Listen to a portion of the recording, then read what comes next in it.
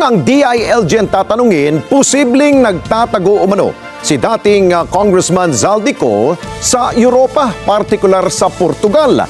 Lumalabas kasi sa investigasyon ng otoridad na matagal nang may golden visa itong si Ko at ito umano ang isa sa dahilan kung bakit hirap silang arestuhin ang naturang individual. Eden Santos sa balita.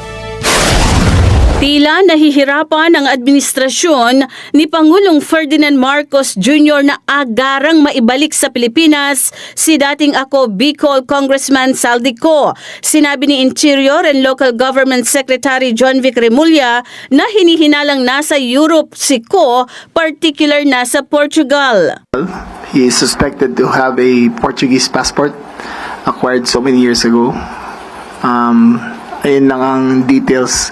Nakiusap kami sa lahat ng mga Pilipino sa buong mundo na kung makita nila si Zaldico, kung pwede nilang picturean, padala kagad, i-post kagad sa internet para may idea tayo kung nasaan siya. Si Ko ay may warrant of arrest na inisyu ng Sandigang Bayan kaugnay ng pagkakasangkot nito sa maanomaliang flood control projects, subalit nananatili pa rin at large. Wala po ba tayong group effort para mas mapabilis yung pagdakip po sa kanya? Talagang ginamit mo yung group effort.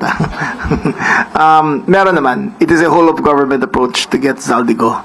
The DFA, the DILG, the Ombudsman, the DOJ are all working together in order to get a satisfying outcome into the repatriation of Zaldico back to the Philippines. To what those measures are, I cannot speak of yet. Dagdag pa ng kalihim na sa kanyang pagkakaalam ay kansilado na ang passport ni Ko.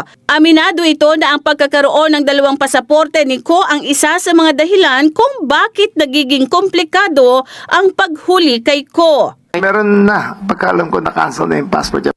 Eden Santos para sa Mata ng Agila. Matatag, matapang, matapat.